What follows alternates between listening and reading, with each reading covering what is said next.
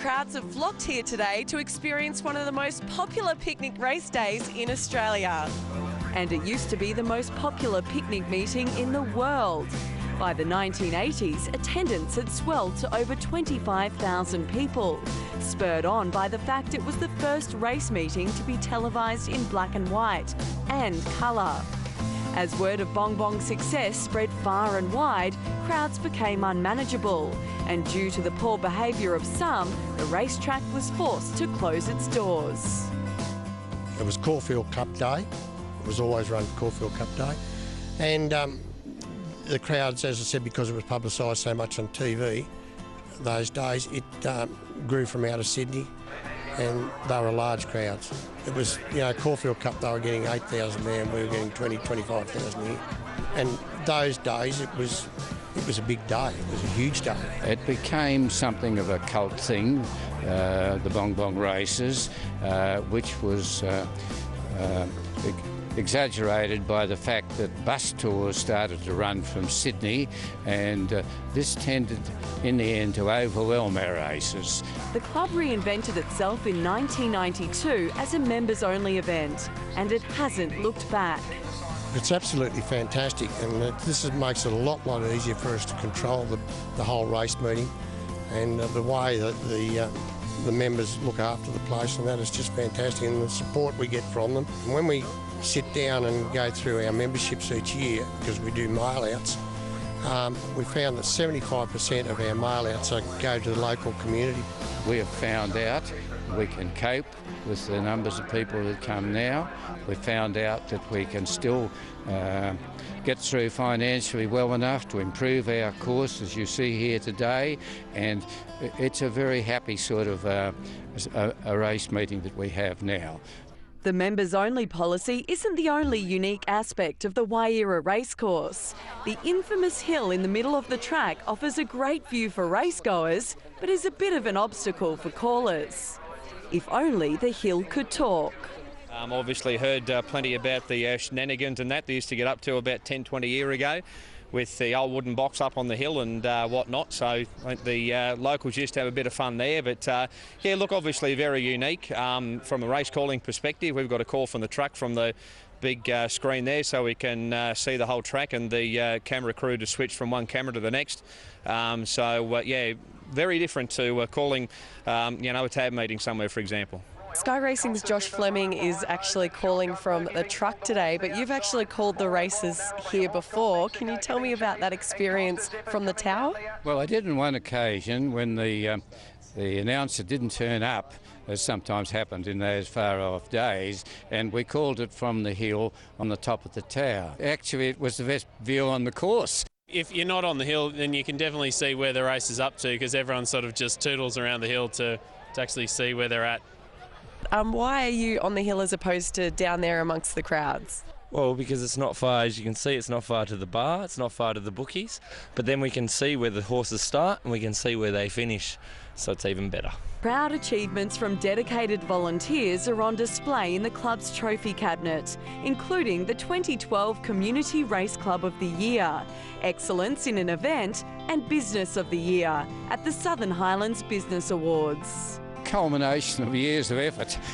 It didn't happen overnight, and our main objective and drive in the last 10 years is to promote this event as a district and community event, and this is what we're getting the awards for now, and this is what we feel quite proud about, I suppose.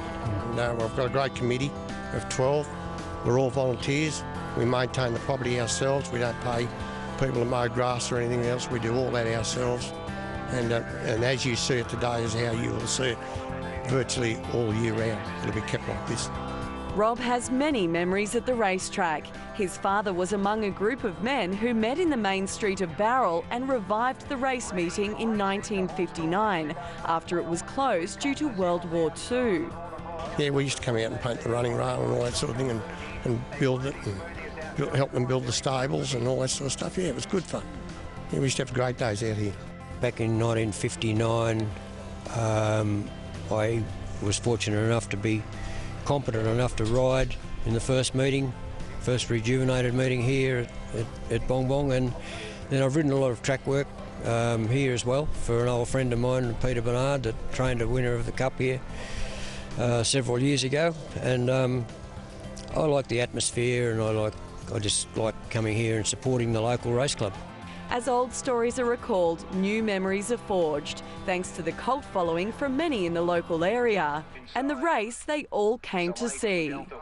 8 horses lined up for the 2012 Bong Bong Cup. And Hort Normandy down on the inside, jumped away okay, Zalating left well. Central Act takes a snag and goes back. Zalating the early leader from Hort Normandy.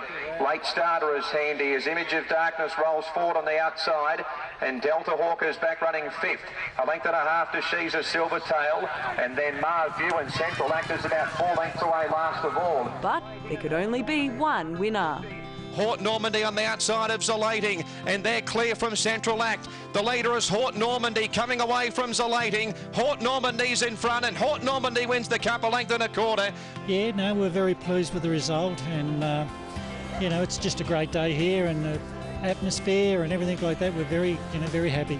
You know, it's just a very special place, isn't it? I mean, you can't see the whole race. There's a hill in the middle, the crowds each side of the track. And just the atmosphere, it's a very, very special little place.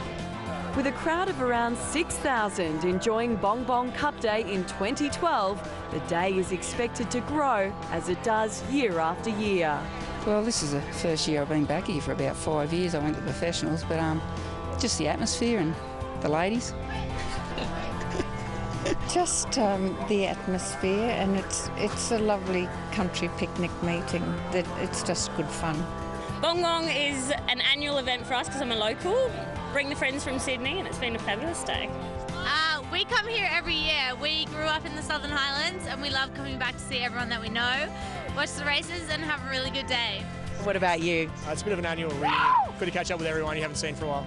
The enthusiasm of the locals that draw the big crowd in. I think a lot of local businesses get around it, and they do it as a PR event. Why do you think it is so successful here at Bong Bong? Simply because of the format and the way we do it. We are now, some people are now saying this, which I think is a little bit wrong, but they are now saying we're the Melbourne Cup of picnic races, but I think that's a little bit far wrong. Just on the second Wednesday in November. That's right, we just do it a week later. Tradition is what I feel the basis of all this. It's not just another little country meeting. It's a meeting that's got a history behind us. It's been here in some form in this area since about 1887, and tradition continues on. We like to have district events, and we like to have long-established district events. Bong Bong Picnic Races is it.